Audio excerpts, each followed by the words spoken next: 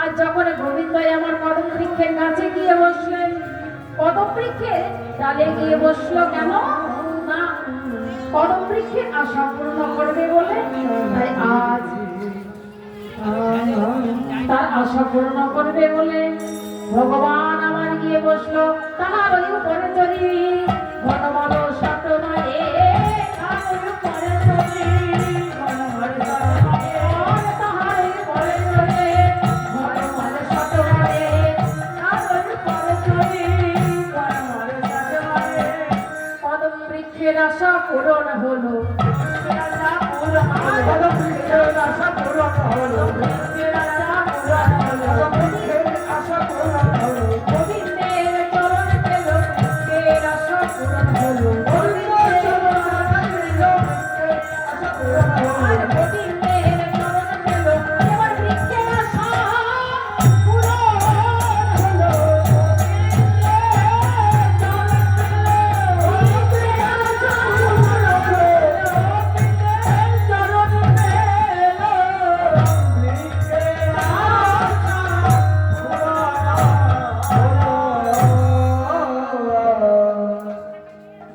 আজ আশা নিয়ে বসেছিল বলেই মা আজ গোবিন্দের চরণ পেল। তা এমন করে আমরাও যদি আশা নিয়ে বসে থাকি আমরাও এইভাবে গোবিন্দের চরণ একদিন না একদিন পাবই মা। শুধু আশা নিয়ে বসে থাকবেন কতবার, তবে ভগবান একদিন না একদিন আমাদের আশা পূর্ণ করবে। এইদিকে কি করলো এবার তাহার ওই উপরে চলে ঘনমাল শতবাণী এবার কদম বৃক্ষের ডালে গিয়ে বসলো। কদম বৃক্ষের ডালে বসে এবার তাহার ওই উপরে চড়ি ঘনমাল শতবাণী তাহার ওই উপরে চড়ি ঘনমাল শতবাণী তাহার ওই উপরে চড়ি ঘনমাল শতবাণী তাহার ওই উপরে চড়ি ঘনমাল শতবাণী এবার ছাড়ে দিলেন যমুনার জলে, ছাড়ে দিলেন যমুনার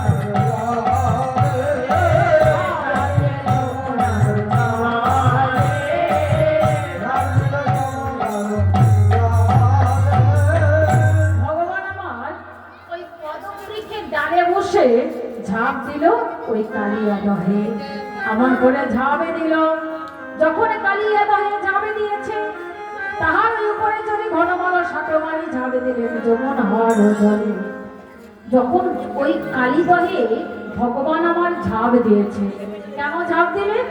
হ্যাঁ, যখন ঝাঁপ দিবে ওই শ্রীরাম সুদাম দাম্বসুদামকে বললো, শ্রীরাম সুদাম দাম্বসুদাম তোদের একটা কথা বলি, বলে কি একটা ছলনা না করলে তো হবে না, তবে তোরা এখানে বসে থাক, ওই কদম বৃক্ষের গাছে যে একটা অমৃত ভাণ্ড আছে মা, সেই অমৃত ভাণ্ড এনে সবাই মিলে আমরা ভাগ করে খাবো।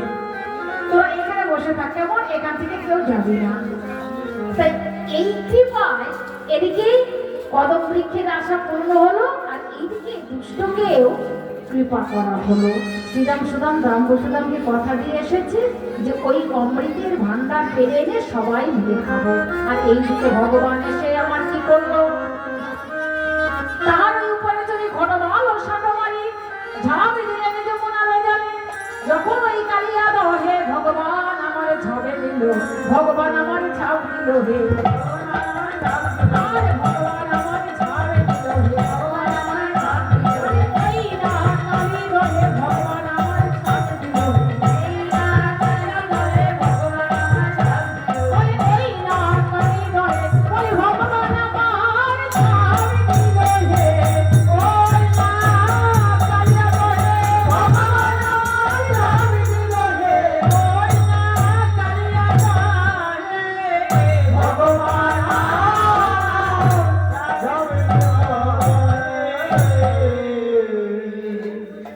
যখন ভগবান আমার ওই কালিয়া দহে ঝাঁপে দিয়েছে, শ্রীরাম সুদাম দাম্বসুদাম হঠাৎ দেখতে পেল, দেখতে পেয়ে চিন্তা করছেন হায় হায়, আমাদের বসিয়ে রেখে গেল যে ওই অমৃতের ভান্ডার কদম বৃক্ষে আছে, ওটা এনে সবাই মিলে আমরা ভাগ করে খাবো।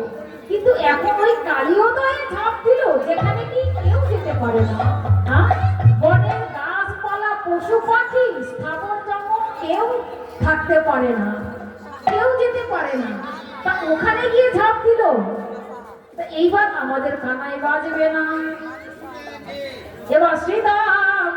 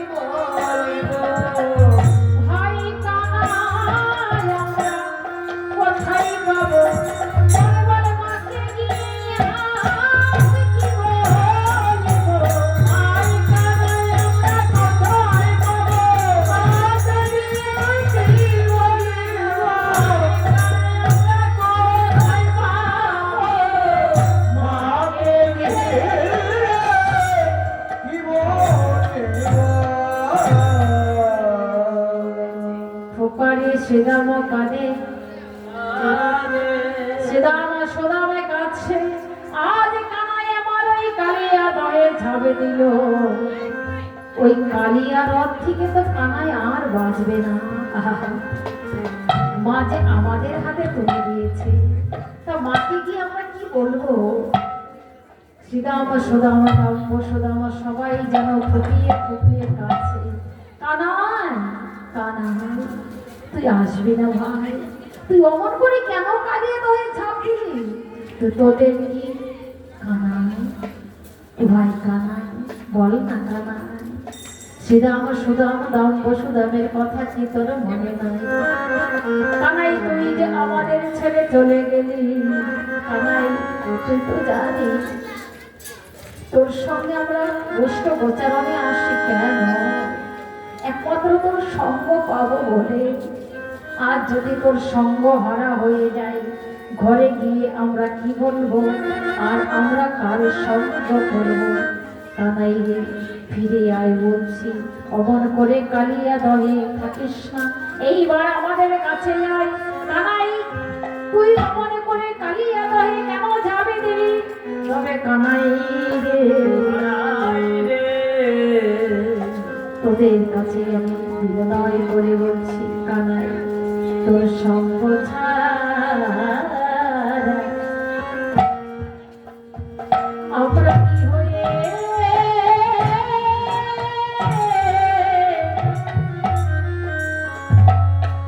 গেলাম?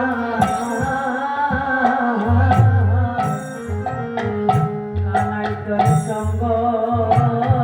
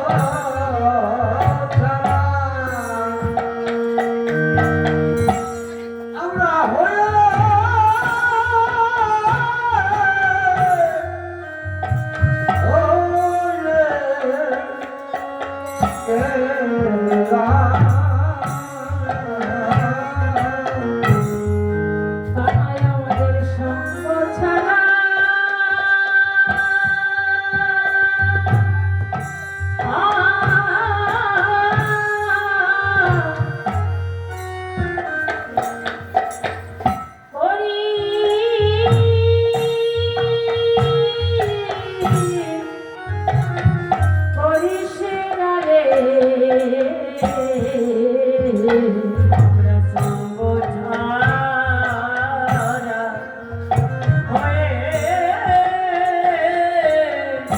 হয়ে গেলাম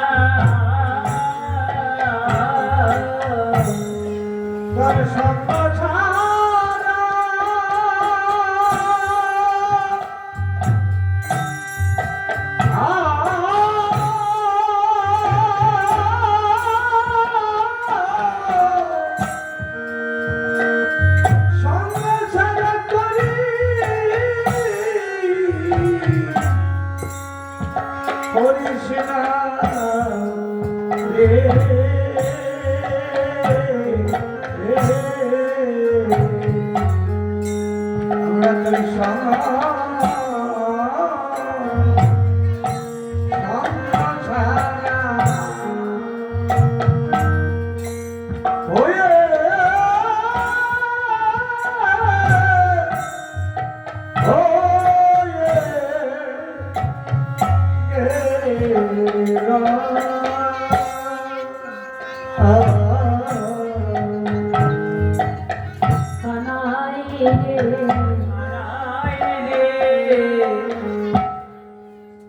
তুই তো জানিস ভালো করে তোর সঙ্গ পাবার জন্যই আমরা কষ্ট বাজারে আসি মাকে ছেড়ে ঘরে ছেড়ে। কানাই তুই কেন কালিদহে চলে আজ ডুবে গেলি? কানাই ফিরে আয় বলছি, আয় কানাই আমাদের কাছে ফিরে আয়, তোর সঙ্গ ছাড়াই আমাদের করিস না। শ্রীরাম সুরাম রাম সুরাম সবাই যেন কাঁদছে, শুধু তাই নয় নবলক্ষ ধেনু নিয়ে ভগবান আমার গোষ্ঠ বচারণে এসেছে। নবলক্ষ ধেনু বনে যেন তারাও যেন চোখের জলে ভাসছে, তারাও যেন পাচ্ছে কানা। বল কানা, আমরা তো কথা বলতে পারি না, আমাদের তো পশুকুলের জন্ম, তবে পশুকুলে জন্ম হয়েছে তাতে কি হয়েছে? তবে তো তবু তো তোর সঙ্গ পাই কিনা কানাই? তবে আজ হতে কি আমরা সবাই তোর সঙ্গহারা হয়ে যাব? তবে দেখুন মা, বৃন্দাবন এরা কথা বলতে পারে না, অথচ ভগবানকে এতটাই ভালোবাসে। এদের তো ভালোবাসার মতো আমাদের যেমন হাত আছে, দোহাত দিয়ে আমরা ভগবানকে ভালোবাসি। নবলক্ষ ধেনু এদের তার হাত নেই, এরা হাত দিয়ে ভগবানকে ভালোবাসতে পারে না। এরা কি করে জানো মা? এরা জিহ্বা দিয়ে আমার ভগবানকে আদর করে, ভগবানকে সোহাগ করে। তবে কিভাবে? তবে দেখবেন মা, গাভীদের জিহ্বাটা হয় ধারালো, খুব ধারালো হয়। বা নবলক্ষ ধেনু এরা জানে যে এই ধারালো জিহ্বা দিয়ে যদি ভগবানকে আদর করে, ভগবানের ওই কমল অঙ্গ কিনা ভজনে জেনে মা ভজন করতে হয়, ভগবানের সেবাটা জেনে সেবা দিতে হয়, তবেই সেই সেবাটা সঠিক হয়। তা সেবা না জেনে সেবা দিলে সেটাও একটা অপরাধ হয়, সেই সেবাটা কিন্তু আমার ভগবান পায় না। তবে এই সেবাটা জানবো কোথায়? এর জন্যই আমাদের বিশেষ বিশেষ প্রয়োজন আমাদের সদ্গুরু চরণাশ্রয় গ্রহণ করা। গুরুদেবের চরণ যদি আমরা আশ্রয় করি, গুরুদেব আমাদের সমস্ত কিছু বাতিয়ে দিবে। সেই অনুযায়ী যদি আমরা চলি, সেই অনুযায়ী যদি আমরা কর্ম করি, ভগবানের কৃপা আমরা অবশ্যই পাবো। তাই নবলক্ষ ধেনু এরা চিন্তা করলেন, আমার যে ধারালো জিহ্বা আছে, এই জিহ্বা দিয়ে যদি আমি ভগবানকে আদর করি, সোহাগ করি, তা আমার ভগবান কত না আঘাত পাবে, কত না ব্যথা পাবে। তাই নবলক্ষ ধেনু এদের কতটা বুদ্ধি, কতটা জ্ঞান, এরা জিহ্বাটা উল্টে নিয়েছে। দেখবেন যাদের বাড়িতে গাভী আছে, যারা গরু পোষে, তাদের বাড়িতে দেখবে জিহ্বা মানে গাভীতে তল পৃষ্ঠে দেখবে কমর হতেও শুকনো। তা ভগবান আঘাত পাবে বলে জিহ্বাটা যেন উল্টে নিয়েছে, উল্টে নিয়ে গোবিন্দকে গ্রহণ করছে, গোবিন্দকে আদর করছে আর চোখের জল ফেলছে। ভগবান আমার ওই গাভীদের চোখের জল যখন ফেলছে, ভগবান আমার কৃতবাস দিয়ে মুছে দিয়ে বলেছিল, ওরে তোরা কাছিস কেন?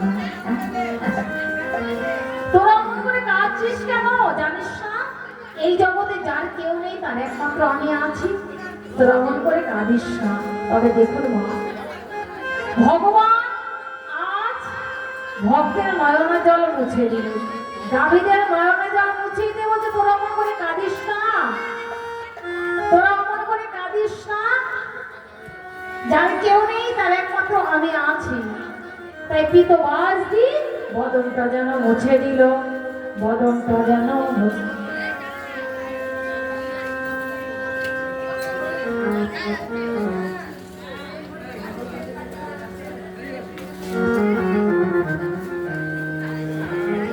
তা বলছে আরে তোরা অমন করে কাঁদিস না কেমন। তা আজ যখন ভগবান আমার গাভীদের নয়নের জল মুছে দিল, তাই নবলক্ষ দিন বর্ষগণ কাঁদছে। আহা, চিন্তা করছেন হাই রে, আজ আমরা ঘরে যাব, ঘরে কাকে নিয়ে যাব? কানাইকে সঙ্গে করে নিয়ে এসেছি, আজ আমরা কাকে নিয়ে যাব? যখন ওই কালীদহে ভগবান আমার ছাপ দিলেন, ওই সময় কি হলো জানো? এবার দিবস আধার, গোকুল নগর শোভনে কাপড়ে মোহে।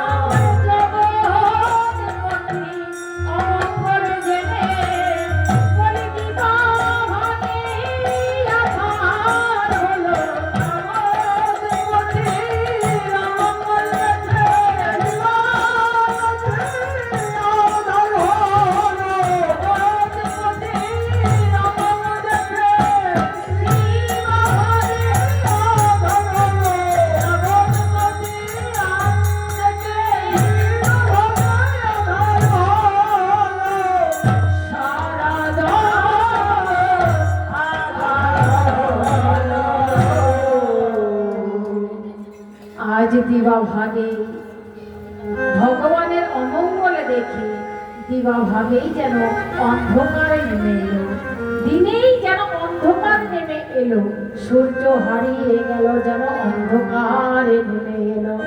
তাই বললেন দিবস আধার, গোকুল নগর শোভনে কাপড়ে মোহে।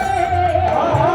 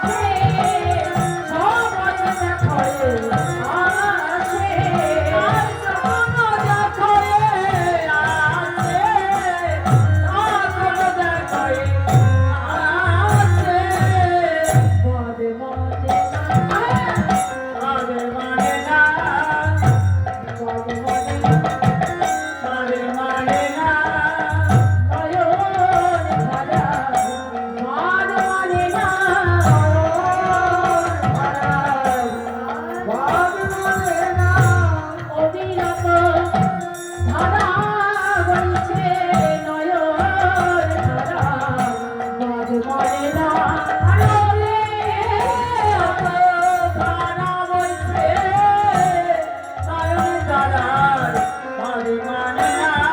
রবিরত ধারা বইছে ওই নয়ন ধারার বাদ মরে না। ওই ধারা বইছে ওই নয়ন বাদ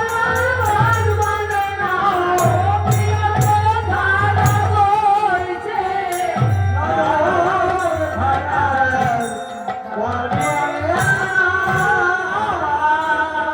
জ্যোতির বলিকে নয়নমিকে সবয়ে দেখয়ে আসে। এবার নন্দা যশোমতী ব্রজবাসী পথে বিচার করে মনে। নন্দ যশোমতী বিচার করে আর নন্দ যশোমতী ব্রজবাসী পথে বিচার করে মনে।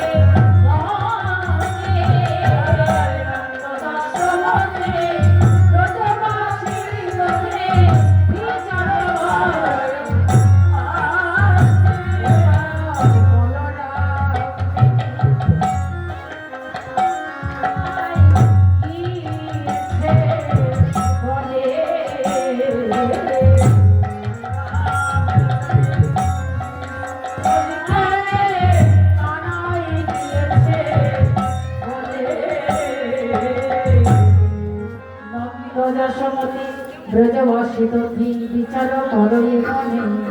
বলরাম বিনে আজ কানাই গিয়েছে বনে। মা যশোমতী চিন্তা করলেন আজ বুঝি আমার কানার কি হলো। মার যেন অন্তরটা কেঁদে উঠল, আমার কানায় তো কিছু হয়নি। আহা, নন্দ যশোমতী ব্রজবাসী তথি বিচার করলে বনে। বলরাম বিনে কানাই গিয়েছে বনে। আমার মন বলছে আমার কানার কিছু হয়েছে। ছেলে যখন বিদেশ থাকে মা, বাইরে যখন ছেলে থাকে মায়ের মন তো, মায়ের আত্মা তো দেখবে ছেলে মেয়ের যদি কিছু হয় মায়ের অন্তরটা যেন একটা সারা হয়। একেই বলে মা মা। মায়ের অন্তরটা দেখবেন আগেই কেঁদে উঠবে, হায় হায় আমার অন্তরটা এমন করে কেঁদে উঠলো। আমার ছেলেটা বিদেশে আছে, না জানি হয়তো আমার ছেলেটার কোন অমঙ্গল হলো। ভগবানের কাছে প্রার্থনা জানাই, হে দয়াময় আমার ছেলেটা তুমি ভালো রেখো, আমার ছেলেটার যেন কিছু না হয় তুমি দেখে রেখো। এই যে মা যশোমতী চিন্তা করলেন কাজে ব্রজেশ্বরী উজ্জ্বল অবগত। মা যেন কাঁদছে, আমার মনে হয় আমার গোপাল আজ কোনো বিপদে পড়েছে। কেন আজ যদি বলরাম যেত আমার মনটা এতটা কাঁদতো না, যে হয়তো বলরাম আর কষ্ট গোচারণে যায়নি, তাহলে নিশ্চয়ই হয়তো আমার কামার কিছু হয়েছে।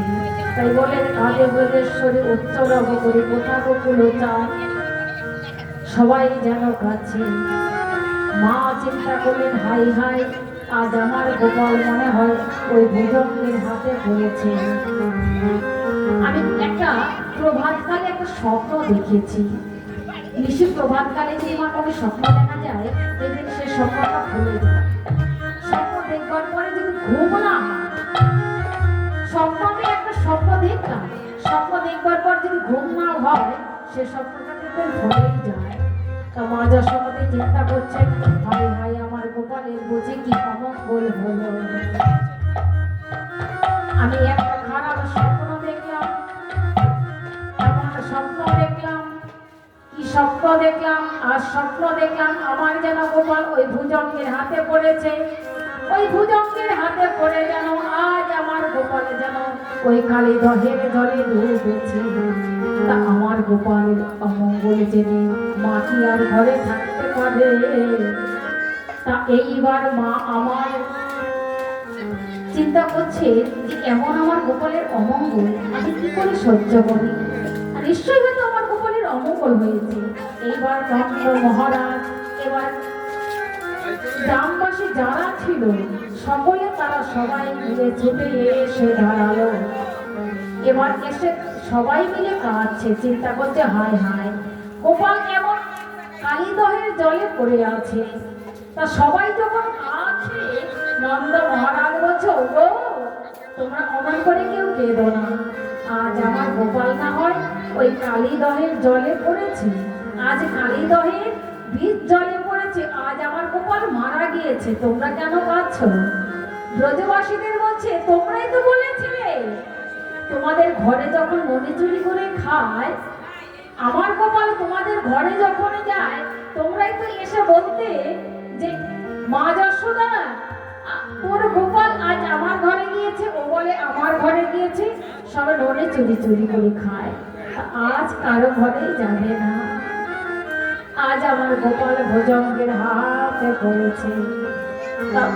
ব্রজবাসীর কান্না দেখে ভগবান কি সইতে পারেন মা, কারণ আর যখন ভোজঙ্গের হাতে পড়েছে, যখন ওই কালীদহের জলে ঝাঁপ দিয়েছে, তা কালীও না চিন্তা করছে এত বড় সাহস কার, যখন ভগবান আমার ঝাঁপ দিলেন ওই সময় কালীও না ফোঁটাটা মানে বিস্তার করে দেখে যে আমার সম্মুখে কে এসেছে। তা কালীও না ওই ফোঁটাটা উত্তোলন করে দেখলো যে আমার সম্মুখে এক বালক এসে দাঁড়িয়েছে। তা কালীও না মনে মনে চিন্তা করলো হায় হায় হায়, হ্যাঁ কালীও নাগের এতটা সাহস, কালীও নাগ বলছে এতটা তার সাহস, এই আমার এই দহে এসেছে, ওকে এখনই আমি শেষ করব। এত বড় সাহস ওই ছোট্ট বালক আজ এসেছে আমার কাছে, যখন ওই কালীয় দহে পড়েছে, আর ওই সময় কালীয় দহতে যখন পড়েছেন, আর এইদিকে সবাই এসেছে, এইবার শ্রীমতী রাধারানী যখন আমার খবর পেল যে ভগবান আমার কালীয় দহে যাবে দিয়েছে, কালীয় নাগের সঙ্গে আজ ভগবানের যুদ্ধ চলছে, আর ওই সময় রাধারানী আমার থাকতে পারলেন না, সখীদেরকে নিয়ে সবাই মিলে এসে দাঁড়ালো। এবার কাঁদে ব্রজেশ্বরী